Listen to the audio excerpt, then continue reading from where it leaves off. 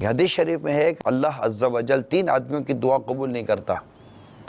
ایک وہ کہ گناہ کی دعا مانگے، دوسرا وہ کہ ایسی بات چاہے کہ قطع رحم ہو، اور تیسرا وہ کہ قبول میں جلدی کرے کہ میں نے دعا مانگی اب تک قبول نہ ہوئی۔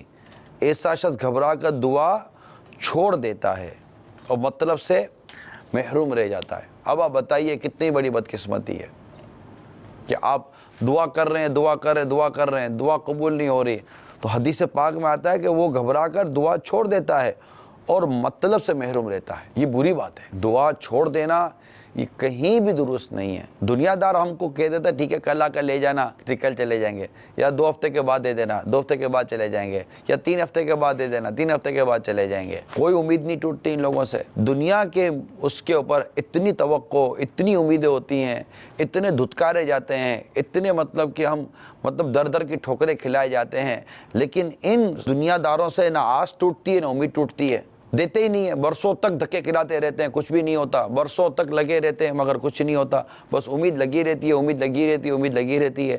بون رکھا ہوا ہے نہیں کھلا، امید لگی ہوئی ہے، کبھی تو نمبر لگے گا، کبھی تو نمبر لگے گا۔ نمبر نہ لگنے پر کس نے بون نکال کر رکھ دی ہے؟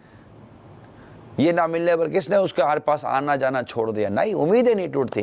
اللہ تبارک و تعالیٰ کی بارگاہ میں دعا کریں تو میں نے دعا کی قبولی نہیں ہوئی، اچھا یہ کہتے ہوئے بھی شرم نہیں آتی دعا کی قبولی نہیں ہوئی؟ جس سے آپ نے کسی کو کوئی کام دیا، میں آپ کو ایک کام دوں اور میں آپ کو یار یہ کام کر کے دو، اور آپ میرا کام ہی نہ کرو، میری بات ہی نہ مانو، یار یہ کر دو نہ کریں، یہ کر دو نہ کریں، یہ کر دو نہ کریں، واسطہ پڑا آپ کا مجھ سے۔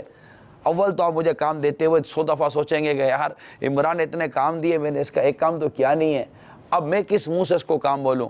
لیکن چونکہ غرض ہوتی ہے تو وہ انسان کو اندھا کر دیتی ہے۔